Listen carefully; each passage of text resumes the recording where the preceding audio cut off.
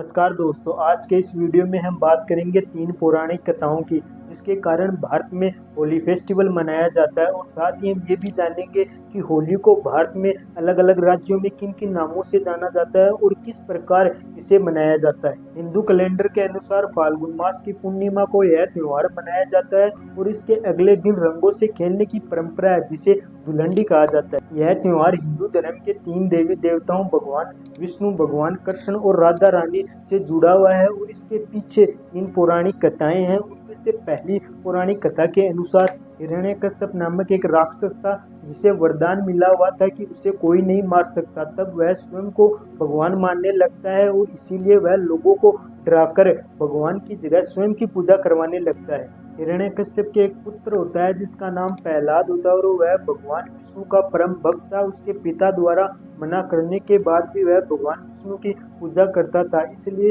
हिरण्यकश्यप ने अपने पुत्र को मारना चाहा। इसके लिए उसे पहाड़ से गिरवाया, हाथियों के पैरों तले कुचलवाने की कोशिश की, लेकिन उसकी सारी कोशिशें नाकाम रहती है। अंत में वह अपनी बहन होलिका को कहता है कि वह प्रहलाद को अग्नि में लेकर बैठ जाए। होलिका को ब्रह्मा जी से वरदान में एक वस्त्र मिला हुआ था जो अग्नि में जलता नहीं था। तभी प्रहलाद को जलाने के लिए होलिका उसे अग्नि में लेकर बैठ जाती है, परंतु वह वस्त्र प्रहलाद को अग्नि से बाहर ले आता है और होलिका उसमें जल जाती है और तभी से यह त्योहार मनाए जाने लगा।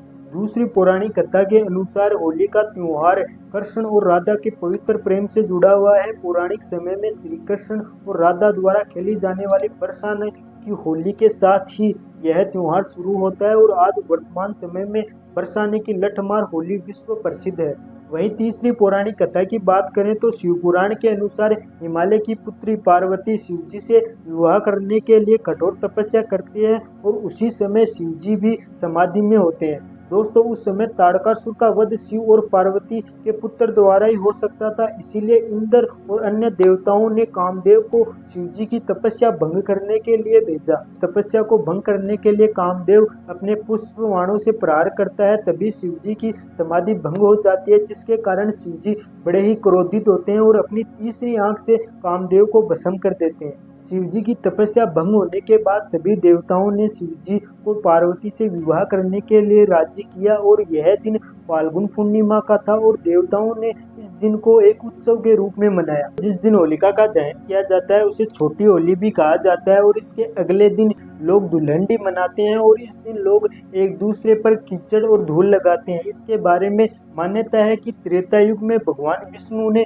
धूलि का वंदन किया था और उसी की याद में धुलंडी मनाई जाती है और इसके बाद भगवान श्री कृष्ण ने ब्रज में रंगों के उत्सव की परंपरा का आरंभ किया और लोगों ने इसके बाद इस त्योहार में रंगों को भी शामिल कर लिया। भारत में बिहार, झारखंड और उत्तर प्रदेश में होली को फगुआ होली कहते हैं, वहीं गुजरात में इसे गोविंदा होली कहते हैं। तमिलनाडु में होली को कामदेव के बलिदान के रूप में याद किया जाता है, इसीलिए वहाँ होली को कामाविलासा कहा जाता है। इस प्रकार दोस्तों, भारत के हर राज्य में होली को अलग अलग नामों से जाना जाता है और यहाँ तक कि उनके मनाने का तरीका भी अलग होता है। दोस्तों, अब बात करते हैं भारत के उन स्थानों की जहाँ इस त्योहार को बड़े ही धूमधाम तरीके से मनाया जाता है और इनमें सबसे पहले आता है बरसाने की लठमार होली, जिसे ब्रज की होली भी कहा जाता है।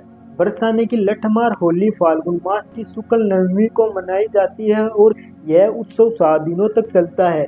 इस दिन नंदगांव के लोगों द्वारा होली खेलने के लिए राधा रानी के गांव बरसाना जाते हैं और वहां राधा रानी के मंदिर में झंडा फहराने की कोशिश की जाती है। तभी वहां की महिलाओं द्वारा इन पर लठों से वार किया जाता है और ये लोग उन लठों से बचने की कोशिश करते हैं। इस परंपरा के अनुसार जब भगवान श्री कृष्ण और उनके दोस्तों द्वारा बरसाना में राधा के साथ होली खेलने जाते थे, तब बरसाना में राधा और गोपियों द्वारा उन पर लठों से वार किया जाता था और तब से बरसाना की यह परंपरा बन गई है। अगर राजस्थान की बात करें तो राजस्थान के उदयपुर जिले के मेन्नार गांव में 400 सालों से एक परंपरा चली आ रही है और इस परंपरा के अनुसार हजारों युवाओं द्वारा एक साथ बारूद की होली खेली जाती है। इस बारूद की होली को इसलिए खेला जाता है क्योंकि आज से 400 साल पहले मेन्नारिया ब्राह्मण समाज के लोगों द्वारा मुगलों को युद्ध में पराजित किया गया था। वहीं दोस्तों, होली के अवसर पर मध्य प्रदेश के निमाड़ में भगोलिया मेला लगता है। यह मेला